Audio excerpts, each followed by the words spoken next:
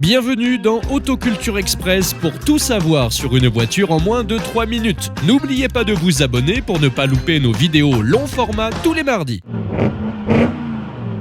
Voici la Fraser Tickford Metro, un petit bijou ultra rare façonné chez Tickford à la manière d'une Aston Martin, une sorte de Signet avant l'heure, mais encore plus rare et surtout bien plus désirable. Mais alors c'est quoi donc que cette Fraser Tickford ?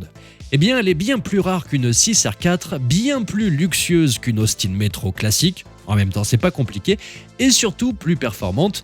Il s'agit d'une version grand luxe de la Metro, le tout camouflé sous un kit carrosserie tapageur. Bon, déjà malheureusement, il y a très peu d'archives et encore moins de vidéos. Il faudra donc vous contenter aujourd'hui, une fois n'est pas coutume, d'un très chic diaporama.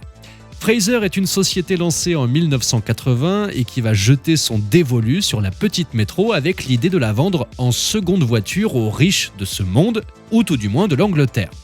Tout le confort d'une Aston Martin, le bois précieux, le cuir luxueux, la moquette épaisse et tout le tout-team dans l'habitacle d'une citadine. Attention, on ne parle pas ici d'une Super 5 Baccarat, mais d'un intérieur digne des limousines anglaises. Pour ce faire, Fraser va faire appel à Tickford, qui est un peu le département tuning de luxe d'Aston Martin. C'est donc à partir de 1981 et jusqu'en 1984 que les Fraser Tickford Metro vont être produites. Côté moteur, c'est le 1300S de la Metro qui sert de base, mais dont le carburateur Weber permet d'augmenter la puissance à 80 chevaux. Alors c'est pas la panacée, mais c'est toujours mieux que rien.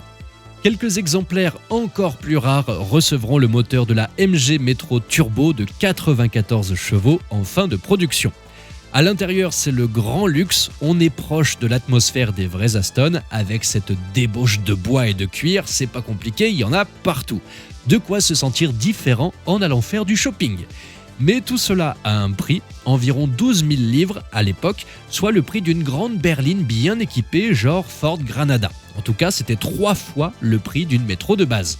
Au total, 26 exemplaires seront produits en conduite à droite, mais aussi du bon côté avec le volant à gauche. Difficile de donner un prix pour cette rareté incroyable, un bel exemplaire peut sans doute se trouver aux alentours des 15 000 € sur notre site carjagger.com grâce à nos chasseurs d'auto. Voilà en tout cas le moyen d'accéder au luxe et à la volupté d'Aston Martin à bon prix. Certes, il ne s'agit pas d'une vraie Aston, il n'y a pas de V12, en même temps il n'y aurait pas la place, et le kit carrosserie est un poil criard. Mais avouez qu'il en faudrait plus pour décourager le dandy qui sommeille en vous. Et si le dandy n'a pas 15 000 balles à claquer, il peut toujours se rendre sur le site vintage-drivers.fr, il y trouvera forcément son bonheur, le lien est dans la description sous la vidéo. Quant à moi, je vous donne rendez-vous dans la prochaine vidéo, alors n'oubliez pas de vous abonner pour ne pas la louper. Merci à tous, ciao.